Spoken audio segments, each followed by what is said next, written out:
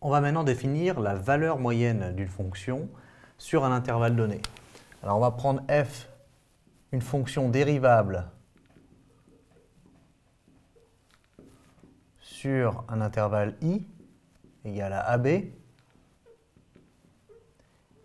on va noter mu, la valeur moyenne de f sur ab, et mu par définition va être égal à 1 sur b moins a, intégrale de a ab de f de t dt. Alors aucun problème, la fonction f est dérivable sur i, donc continue sur i, donc elle admet bien au moins une primitive sur i, et je peux définir la valeur moyenne mu. Attention aux termes devant qu'en général vous oubliez. Et on va aussi dire que cette définition qu'on a écrite comme ceci peut s'écrire mu fois b moins a est égal à l'intégrale de a ab de f de t dt. Et ce que l'on va faire maintenant, c'est essayer d'expliciter un petit peu ces différentes expressions avec une illustration graphique. Alors je vais prendre, par exemple, une fonction qui ressemble à ceci, mais enfin, ce n'est pas tant l'allure de la fonction qui compte que le fait que entre a et b, ma fonction est bien définie dérivable. Et ici, ce que je vais représenter, c'est l'aire sous la courbe, en rose, qui est égale à cette intégrale-là. Donc si je calcule l'intégrale de a à b, voilà, eh bien, elle est égale à l'aire sous la courbe. Donc c'est ce morceau-là. Maintenant, ce que je suis en train de dire, c'est que le réel mu, qui est la valeur moyenne de la fonction sur AB, eh bien, c'est une valeur ici. Mais alors, s'il fallait attribuer à la fonction f une seule valeur sur AB, c'est-à-dire si f devenait une fonction continue, quelle serait la valeur qu'on attribue à f? Et comment fait-on pour la choisir? Il n'y a pas vraiment plus de raison de choisir mu là-haut qu'ici. Est-ce qu'il faut prendre le milieu, les deux tiers, etc. Et en fait, on choisit mu de telle façon que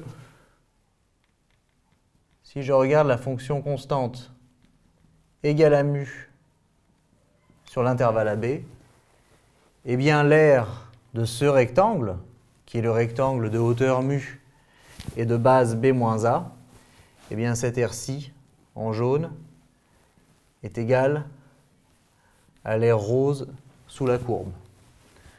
Ça veut dire que mu est le seul réel qui, lorsque je trace à droite y égale mu, me donne une aire dans ce rectangle qui est exactement la même que l'aire sous la courbe.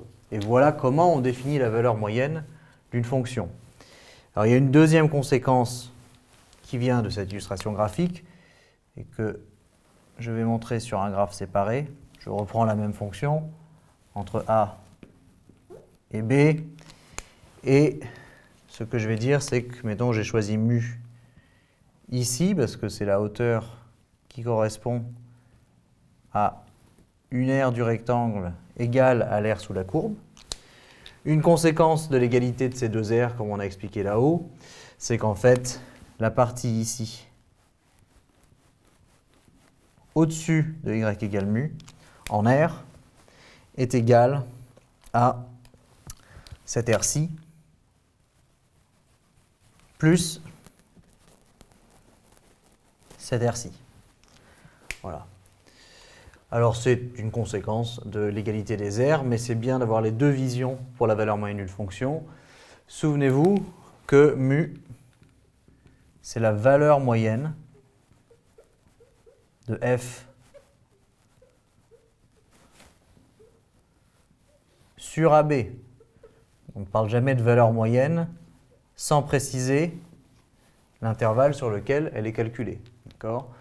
Et ce que ça veut dire, c'est que si on remplace une fonction ici en rose par une fonction constante, eh bien la valeur que l'on donne à cette fonction constante, c'est la valeur moyenne, et elle vérifie que l'air jaune est égal à l'air rose.